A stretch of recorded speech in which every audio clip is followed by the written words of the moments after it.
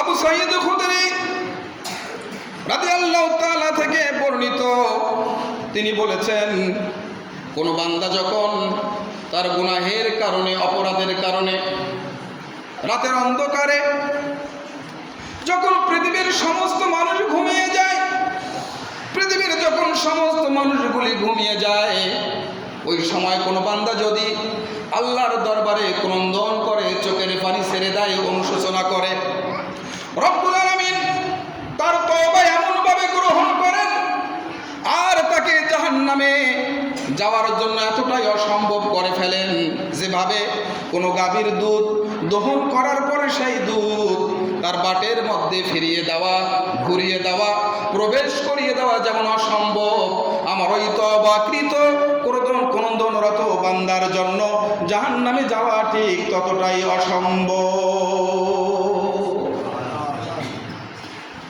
আল্লাহ রাব্বুল আলামিন বলেন সূরাতুল ফুরকান ৭০ নম্বর আয়াতের মধ্যে রব্বুল আলামিন বলেন, ইল্লা মান তাবা ওয়া আমানা ওয়া আমিলা আমালান সালিহান ফাউলাইকা ইউবাদদিলুল্লাহু সাইয়্যাতিহিম হাসানাত ওয়া কানা আল্লাহু গফুরার রাহিমা।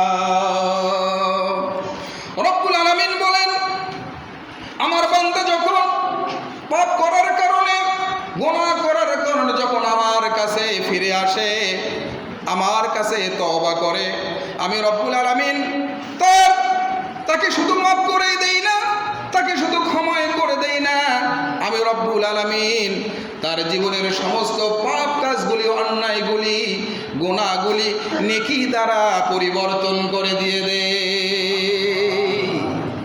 বিগত জীবনে সে যত অন্যায় করেছে, গুনাহ করেছে, সমস্ত গুনাহগুলি নেকি দ্বারা পরিবর্তন করে দেয়। বলেন সুবহানাল্লাহ। সাইয়্যাতিহিম হাসানাত, সমস্ত বদ কাজগুলি নেকি দ্বারা পরিবর্তন করে দেয়। ওয়া কানা আল্লাহু গফুরার রাহিমা, আর আল্লাহ পাক রব্বুল আলামিন অত্যন্ত ক্ষমাশীল এবং বান্দার জন্য মেহেরবান। বান্দার জন্য তিনি কি? মেহেরবান। কিয়ামতের দিন সব শেষে যে লোকটি জাহান্নামে যাবে, এই লোকটি জাহান্নামে পড়ে পড়ে এমন কাঁদা কাঁদবে, এমন কাঁদা কাঁদবে, আল্লাহ রাব্বুল আলামিন ফেরেশতাদেরকে বলবেন, ও আমার ফেরেশতারা, আমার ওই বান্দাটা জাহান্নামের মধ্যে পড়ে পড়ে এত কাঁদা কাঁদছে, আমার আর সহ্য হয় না, আমার ওই বান্দাকে তুলে জান্নাত এবং জাহান্নামের মাঝখানে দাঁড় করিয়ে দাও। লোকটি জান্নাত এবং জাহান্নামের মাঝখানে দাঁড়িয়ে আরো জোরে জোরে চিৎকার মেরে কাঁদতে থাকবে। আল্লাহ রাব্বুল আলামিন বলবেন, যে বান্দা এতক্ষণ জাহান্নামে পড়ে আযাবের চোটে কাঁদছিলে, আমি তোমাকে বাঁচিয়ে দিলাম, এখন আবার কান্দো কেন? লোকটি বলবে, রব্বুল আলামিন এখন কান্দে এই জন্য, আমি এখানে দাঁড়িয়ে দাঁড়িয়ে ওই জান্নাতকে দেখতে পাচ্ছি, জান্নাত কত সুন্দর, কত সুন্দর নাজ নিয়ামত, কিন্তু অনেক দূর থেকে ভালো করে দেখা যায় না। দয়া করে তুমি যদি আমাকে একবার জান্নাতের দরজার বাইরে দাঁড় করিয়ে দিতে, দরজার বাইরে দাঁড়িয়ে দাঁড়িয়ে জান্নাতের নাজ নিয়ামতগুলি দেখতাম, হৃদয়টাকে একটু বুঝাতাম, সান্ত্বনা পেতাম। আল্লাহ রাব্বুল আলামিন ওই জাহান্নামীকে আবার ওই জান্নাতের দরজার বাইরে দাঁড় করিয়ে দেবেন, দাঁড়িয়ে দাঁড়িয়ে দেখতে থাকবেন, নাজ নিয়ামতগুলি দেখতে থাকবেন, আর জোরে জোরে ফুপিয়ে ফুপিয়ে কাঁদতে থাকবেন। রব্বুল আলামিন বলবেন, যে বান্দা এখন আবার কান্দো কেন, কি হয়েছে তোমার? লোকটি বলবে, রব্বুল আলামিন দরজার বাইরে দাঁড়িয়ে দাঁড়িয়ে ভিতরের দৃশ্যগুলি ভালো করে দেখা যায় না, দয়া করে তুমি যদি একবার আমাকে ভিতরে দরজার কিনারার মধ্যে দাঁড় করিয়ে দিতে, তাহলে ভিতরে দরজার কিনারে দাঁড়িয়ে দাঁড়িয়ে জান্নাতটা একটু ভালো করে দেখতাম। রব্বুল আলামিন লোকটাকে জান্নাতের ভিতরে দরজার কিনারার মধ্যে দাঁড় করিয়ে দেবেন। লোকটি এবারও জোরে জোরে কাঁদতে থাকবে, লোকটি আরো জোরে চিৎকার মারবে, কাঁদতে থাকবে। রব্বুল আলামিন বলবেন যে বান্দা জাহান্নামে ছিলি, জাহান্নাম থেকে বাইরে আনলাম, বাইরে থেকে দরজার কিনারে আনলাম, দরজার কিনার থেকে ভেতরে আনলাম, এখন আবার কান্দো কেন? লোকটি বলবে রব্বুল আলামিন তোমার এই জান্নাতে এত বড়, দরজার এক পাশে দাঁড়িয়ে দাঁড়িয়ে জাহান্নামের পুরা দৃশ্য আমি ভালো করে দেখতে পারি না, দয়া করে তুমি যদি আমাকে একবার জান্নাতের ওই মাঝখানে দাঁড় করিয়ে দিতে, তাহলে মাঝখানে দাঁড়িয়ে দাঁড়িয়ে জান্নাতটা ভালো করে একটু দেখতাম। রব্বুল আলামিন রহমাতাল লিল আলামিন তিনি বান্দার আরজি শুনে বান্দাটাকে জান্নাতের মাঝখানে দাঁড় করিয়ে দেবেন। লোকটি এবার মাঝখানে দাঁড়িয়ে দাঁড়িয়ে জান্নাতের নাজ নিয়ামত দেখবে আর আরো জোরে ফুপিয়ে ফুপিয়ে কাঁদতে থাকবে। আল্লাহ রাব্বুল আলামিন বলবেন যে বান্দা বাইরে ছিলি, ভেতরে আনলাম, ভিতর থেকে মাঝখানে আনলাম, এখন আবার কি চাও, কি জন্য তুমি কান্দো? লোকটি বলবে রব্বুল আলামিন এই জন্য আমি এবারে কান্দি, একবার যখন তুমি আমাকে জান্নাতের মধ্যে প্রবেশ করিয়েছো, দয়া করে তুমি আমাকে আর জান্নাত থেকে বের করে দিও না।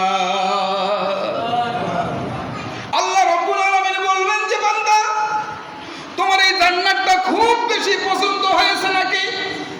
লোকটি বলবে রব্বুল আলামিন খুব বেশি পছন্দ হয়েছে, দয়া করে তুমি আমাকে আর বাইর করে দিও না। রব্বুল আলামিন বলবেন যে বান্দা এইরকম একখানা জান্নাত নয়, শুধুমাত্র একখানা জান্নাত আমি তোমার জন্য রাখি নাই, এরকম 10 খান জান্নাত আমি আল্লাহ রব্বুল আলামিন তোমার জন্য রিজার্ভ করে দিয়েছি। কয়টা জান্নাত?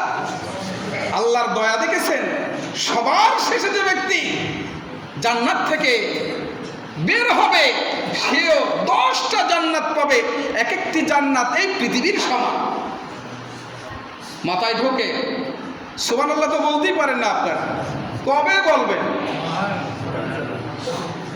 এই পৃথিবীর সমপরিমাণ 10টা জান্নাত রব্বুল আলামিন আপনাকে দিয়ে দেবেন। মাংনা দেবেন নাকি ভাই? কথা বলেন, মাংনা তো পাবেন না ভাই। এই যে ঈদ, এই যে রমজান যাচ্ছে, আপনার প্রতিবেশীদের আপনাকে খবর নিতে হবে। ওই যে বললাম পিতামাতার হক আদায় করলে পরে আপনি জান্নাত যেতে পারবেন, না হলে আপনি ধ্বংস হয়ে যাবেন। আমার রাসূল বলেছেন, আমিন বলেছেন। জিবরিলের সঙ্গে কি আমিন বলেছেন? আমার রাসূল বলেছেন। এজন্য শ্বশুর শাশুড়ি, শালা শালি, আরো যারা আছে নাইলের নাইল, শিমলার কাটা আছে না, এখানে বউয়ের 14 গোষ্ঠী পর্যন্ত দেওয়া লাগবে, না হলে বউয়ের মন খারাপ। দেন, আপনি আপনার সামর্থ্য আছে, কোনো সমস্যা নেই। আপনার পিতামাতার মনকে আপনি জয় করেন, একটা ভালো লুঙ্গি দেন, একটা ভালো শার্ট দেন, একটা ভালো পাঞ্জাবি কিনে দেন, মাকে শাড়ি দেন, কাপড় দেন। মা বাবাকে খুশি করার জন্য বেশি লাগে না ভাই, লাগে। একটা লুঙ্গি নিয়ে এসে দেবেন 300 দিয়ে, বারবার ঘটবে আর দেখবে, অন্য আসলে বলবে এটা আমার ছেলে দিয়েছে। আর মাকে দিলে তো মা পড়বে আর বাড়ি বাড়ি ঘুরবে আর বলবে জানিস বউ এইটা আমার বেটা দিছে, বলবে কিনা? অল্পতেই তারা সন্তুষ্ট। কিন্তু যাদের কথা বললাম তাদেরকে অনেক দেন, একটু যদি কম বেশি হয় আপনার 14 গোষ্ঠী উদ্ধার করে ফেলবে। কথা বলেন। এরপরেও তাদেরও হক রয়েছে, শ্বশুর শাশুড়ি, শালা সম্বন্ধী, শালি, আরো যারা আছে সবার হক রয়েছে।